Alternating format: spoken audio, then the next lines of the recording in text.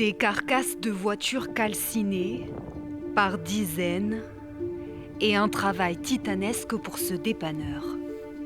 Alors là, c'est une partie des voitures qu'on a tirées dans les contrebas, tout ce qui était en contrebas. Il y en avait là, il y en avait une là-dedans, il y en avait une dans l'eau. Il y en a partout, de toute façon, la forêt elle est pleine.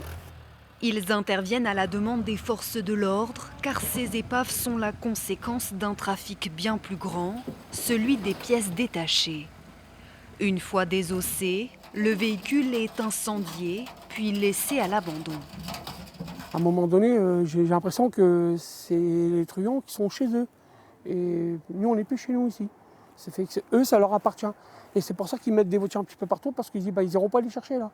Et qu'est-ce qui se passe d'ailleurs? Parce qu'on a du mal à les sortir. Mais on va les chercher quand même. Des sales conditions, mais on va les chercher quand même. Dans les communes voisines, bordées là aussi par la forêt, un autre phénomène lié à ce recel de voitures, des guetteurs en scooter, trafiquant de drogue pour certains. L'inquiétude grandit chez les riverains. On se sent pas en sécurité, justement. Et voilà, donc moi j'évite justement cette portion à cause de ça. Rodéo, vol, drogue aussi. C'est tout le temps, tous les week-ends. La police n'ose pas venir ici. Pour lutter contre ces nuisances, un maire a donc décidé d'interpeller l'État dans une lettre.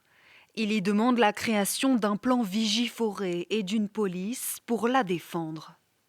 Il faut que le ministre de l'Intérieur nous débloque des moyens humains supplémentaires et faire une opération coup de poing et dans la durée. Parce qu'on vient une fois, deux fois, et puis après on est plusieurs semaines sans rien faire. Donc les délinquants reviennent et on joue au chat et à la souris. C'est plus possible. Là, il faut des moyens d'ampleur.